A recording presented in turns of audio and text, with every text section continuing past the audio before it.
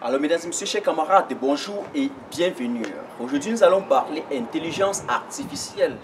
Eh bien, installez-vous confortablement. Écoutez, intelligence artificielle par-ci, intelligence biologique par-là, nous avons des humanistes et des transhumanistes qui s'affrontent de l'autre côté. En tout cas, je m'installe du côté des humanistes pour que vous puissiez bien me suivre. Eh bien, écoutez, comme chaque technologie, chaque avancée technique a créé des effervescences et suscité des réflexions à chaque époque, voici venu, n'est-ce pas, à l'aube du XXIe siècle, une nouvelle technologie qui va au-delà des préférences de la digitalisation et de l'industrie 4.0. C'est bel et bien l'intelligence artificielle. En tout cas, pas mon continent et plus particulièrement mon pays, qui semble ne pas être concerné, n'est-ce pas, par des questions de l'IA. Vous êtes sans ignorer quel enfer autour de l'actualité. Obligation pour moi en tant que logisticien et économiste d'en parler parce qu'elle touche aussi, n'est-ce pas, mon secteur, mon domaine d'activité. Même si certains intellectuels ne veulent pas remettre le débat sur la table, au lieu, à part soutenir la thèse selon laquelle 32 gigas serait l'équivalent de 500 gigas, en tout cas j'en passe. Bref, c'est quoi l'intelligence artificielle? Pourquoi on en parle tant? Quel est son impact sur l'homme et quelle est son influence sur l'économie? Commençons d'abord par le concept lui-même, l'intelligence artificielle. C'est quoi? Disons plutôt que c'est une technologie, une nouvelle technologie, ou bien si vous voulez, une technique appliquée, employée pour développer et concevoir, n'est-ce pas, des systèmes, des appareils, des objets, des machines capables d'identifier, d'analyser, n'est-ce pas, le cerveau humain, et afin d'effectuer tous les travaux, les activités de l'individu, puis plus que l'individu lui-même, parce qu'il faut quand même préciser que Google va au-delà même il exagère un peu avec ce fantasme en tout cas, vous voyez un peu. Donc, ce qui est sûr, l'intelligence artificielle cherche et réussit même déjà dans des autres pays comme la Californie, n'est-ce pas, à vouloir substituer toutes les fonctions cognitives et l'intelligence de l'être humain. Mais si c'est réalisable, si cela peut se faire, je dirais tout simplement qu'il y aura pas mal de conséquences négatives, hein. Il y aura des conséquences pas du tout avantageuses, n'est-ce pas, pour l'économie et en tout cas pour l'être humain. C'est un peu ça. Bref, c'est vrai que moi je ne crains pas pour des personnes et des individus ayant un quotient intellectuel élevé, mais il n'en demeure pas moins que je puisse craindre, n'est-ce pas, pour certains secteurs d'activité. Prenons par exemple le chauffeur routier, bon pas tout quand même, qui n'a pas une certaine élévation intellectuelle et je vais dire pas une certaine intelligence conceptuelle, considérable, passable ou modeste, se trouve directement à l'écart de l'intelligence artificielle. Eh bien, ce qui est sûr, l'intelligence artificielle, elle est déjà là, elle est présente.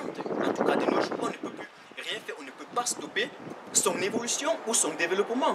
Mais on ne peut que s'adapter, essayer de créer des méthodes et des stratégies, n'est-ce pas, pour pouvoir s'accommoder et s'adapter, n'est-ce pas, à ce raz-de-marée, à ces putains de raz-de-marée, de tsunami de l'intelligence artificielle qui arrive avec une vitesse supersonique.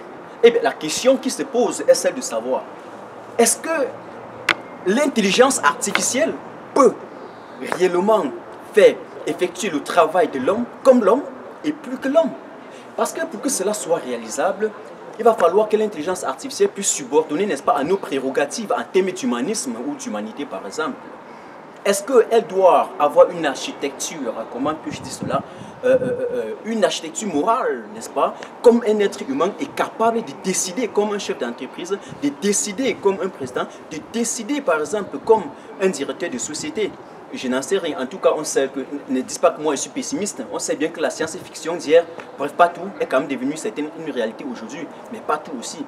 Nous voyons les géants de Google, Facebook, Apple, Amazon, etc. Nous avons aussi des Chinois qui quittent derrière, n'est-ce pas, en grande puissance, qui nous ont colonisés physiquement, économiquement et technologiquement, et qui veulent encore nous coloniser numériquement. En tout cas, c'est vrai, à part nous les Africains, mon continent, qui semble ne pas être concerné et organise des débats, n'est-ce pas, pour voir si oui ou non les femmes devraient marcher avec des mini-jupes. Eh bien, c'est déjà révolu, c'est déjà passé ça.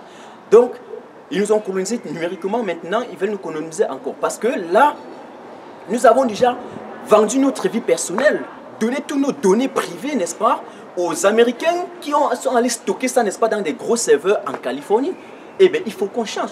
Et on peut. Parce que lorsqu'un frère va, par exemple, développer, un frère africain doit développer une application 100% camerounaise et 100% africaine qui s'appellerait Dicalo, eh bien, personne ne doit télécharger cette application. Oui, on va dire, ah, pourquoi je télécharge? En tout cas, c'est Ekambi Alain, pourquoi pas moi?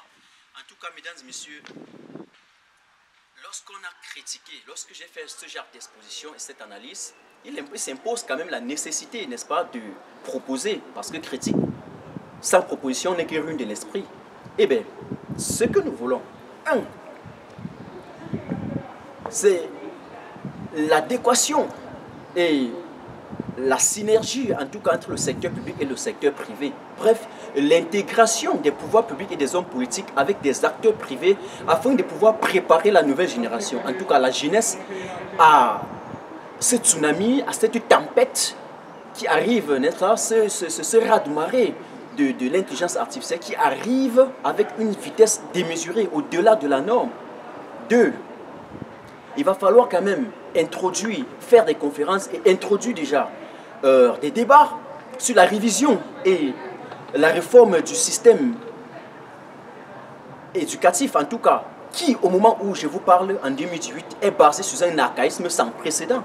Et oui, et cet archaïsme et cette école de répétition ne pourra jamais fabriquer un individu physiquement, mentalement et intellectuellement prêt pour affronter la concurrence que nous avons en face, qui est à la limite même déloyale pour les pays africains.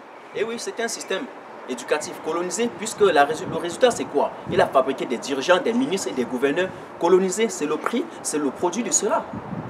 Vous êtes sans ignorer, mesdames et messieurs. C'est un peu ça. Eh bien, il faut la réforme du système éducatif pour pouvoir redonner à la jeunesse aujourd'hui, si on a un système propre à nous, la méthode, la logique, la méthodologie et en tout cas la pédagogie. C'est un peu ça. Et oui, parce que sans la pédagogie, on ne pourra pas affronter ce système occidentaliste qui est basé, n'est-ce pas, sur un capitalisme déloyal pour nos pays en tout cas. Donc il le faut automatiquement. Je vais vous prendre un exemple. Vous savez que la France aujourd'hui, et en tout cas beaucoup de pays occidentaux qui nous ont colonisés hier, en tout cas physiquement et mentalement, ont aujourd'hui peur d'être à leur tour colonisés numériquement, n'est-ce pas, par les Californiens. Vous comprenez un peu ce qui se passe. Et combien de fois, nous, mon continent.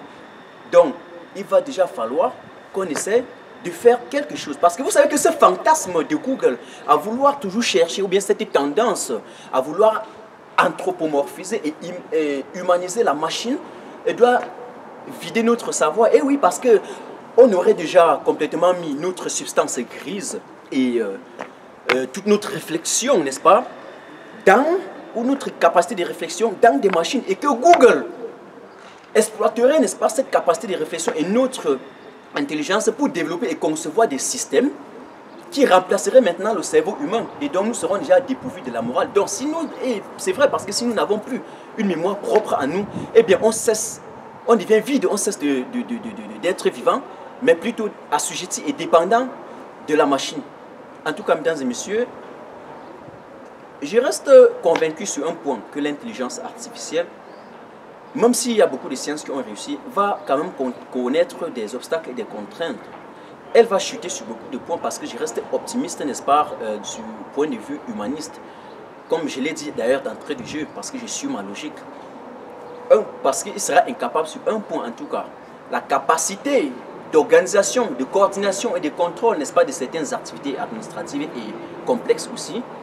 Deux, la capacité, bref, le management de la transversalité. Transversalité, pourquoi? Parce que vous savez que l'être humain, n'est-ce pas, dans son évolution, en tout cas, intègre deux dimensions, la dimension réflexive et la dimension sociale.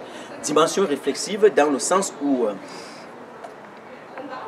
lorsqu'on fait face à un problème en communauté ou en entreprise, par exemple, eh bien, on soumet un examen critique de plusieurs alternatives et de plusieurs scénarios pour prendre le vrai penchant. Et, n'est-ce pas, la perspective sociale relativement à la contribution de l'homme à la prise des décisions, ou bien même la prise des décisions par l'homme lui-même. Mesdames et messieurs, je sais que cette vidéo était très compliquée, c'est très difficile parce que j'attaque là directement les gens de Google, mais je suis obligé et je soutiens ma thèse. Pour celui qui voudrait m'affronter, je serai prêt à lui répondre en tout cas. Parce que ça fait l'actualité. On ne peut pas continuer à dormir sur nos lauriers. Alors, aimer, partager. En tout cas, c'est l'Afrique qui gagne. Stop.